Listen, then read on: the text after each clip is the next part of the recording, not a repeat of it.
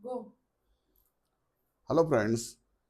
बच्चों, आज हम सीखने वाले हैं क्लोर अल्कली प्रोसेस, जो कि बहुत इंपॉर्टेंट है आपके सब्जेक्ट पॉइंट ऑफ व्यू से। आपने देखा होगा कि क्लोर alkali process many times through out ये पूछा जा रहा है कि क्लोर अल्कली प्रोसेस। अच्छा, हमने अब जैसे आपसे बताया कि इंपॉर्टेंट वही चीजें होती हैं जिनका लाइफ में, आपकी लाइफ साइकिल से बहुत ज्यादा चीजें जुड़ी हुई हों। तो क्लोर अल्कली प्रोसेस उसी तरह से बड़ा इंपॉर्टेंट है। इसमें सोडियम हाइड्रोक्साइड का प्रोडक्शन करते हैं। तो देखिए हम क्या लेते हैं, फटाफट शुरू करते हैं। देखो इसमें हम क्या ले रहे हैं, बेसिकली इसमें हम ब्राइन सोल्यूशन ले रहे हैं। ये हमारे पास एक सेटअप होता है जिसमें हम ब्राइन सोल्यूशन ले रहे हैं। ब्राइन सोल्यूशन क्या होता है? Brine solution is nothing but A NaCl plus H2O। This is a NaCl plus H2O। यहाँ पे NaCl है, Na plus Cl minus, N plus H plus OH minus. Because आपको पता है कि जब आप पानी में डालोगे तो इट विल बी आयनाइज्ड, क्योंकि ये एक इलेक्ट्रोलाइट बन गया। अगर हम ब्राइन को, पहली बात तो यहाँ पे ब्राइन एक पूछता है कि ब्राइन क्या है, व्हाट इज ब्राइन?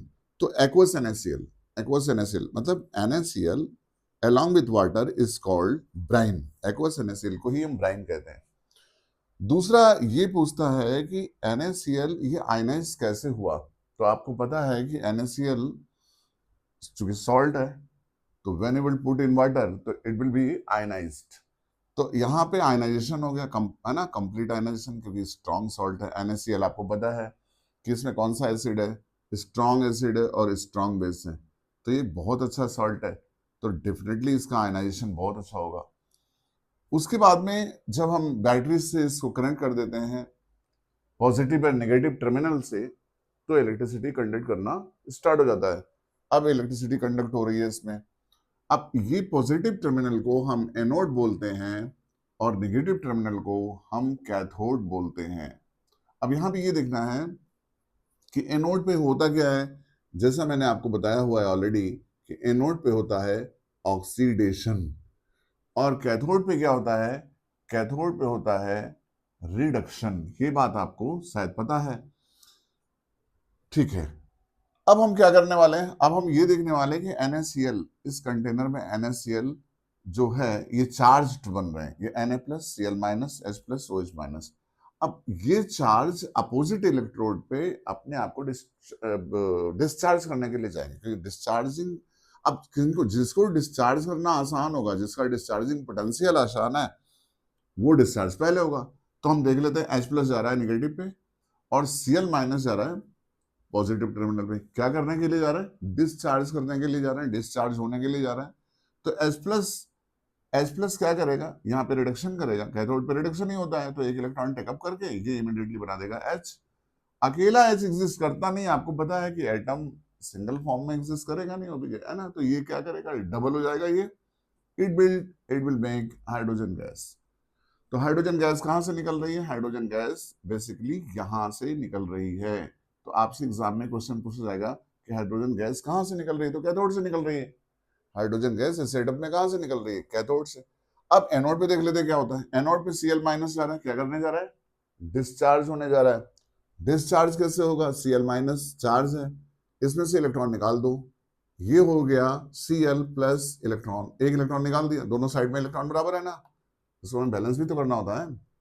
ये जैसे यहाँ पे देखो ना, बैलेंस हो गया ना, 2 प्लस 2 माइनस बैलेंस हो गया, हाइड्रोजन गैस बना देगा, चार्ज डिस्चार्ज हो गया। उसी तरह से इसका चार्ज कैसे डिस्चार्ज करोगे? एक माइनस इधर है तो राइट हैंड में भी एक माइनस है, तो इसका मतलब यहाँ पे क्या हो रहा है? ऑक्सीडेशन। ऑक्सीडेशन क्या होता है सर?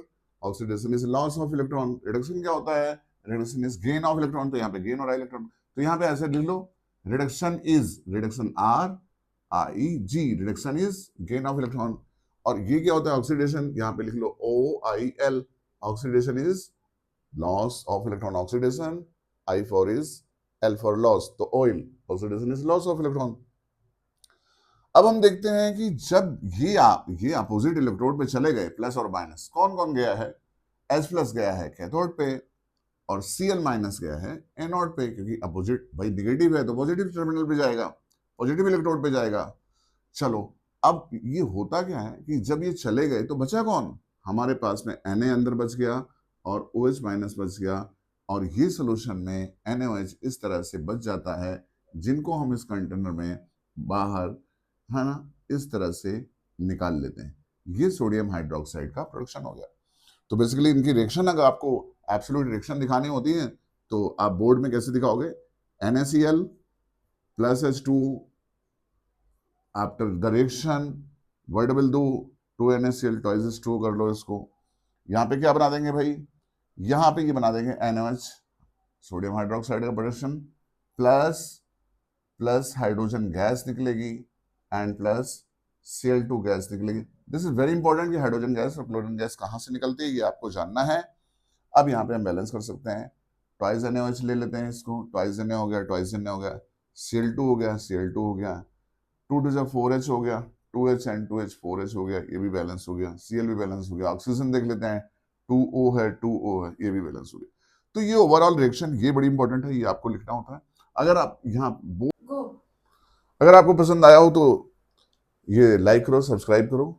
और ये रही आपके सामने क्लोरल की बहुत ही मतलब ब्रीफली मैंने इसको समझा दिया आपको। अगर कोई दिक्कत आ रही है, कहीं कोई डाउट बनता है तो आप कमेंट कर सकते हो हमें कि सर ये डाउट है, आप बता दो, तो हम नेक्स्ट वीडियो में उसको हम आपको बता देंगे। और thank you for watching, Thanks for like watching. करो, Bye. सब्सक्राइब करो।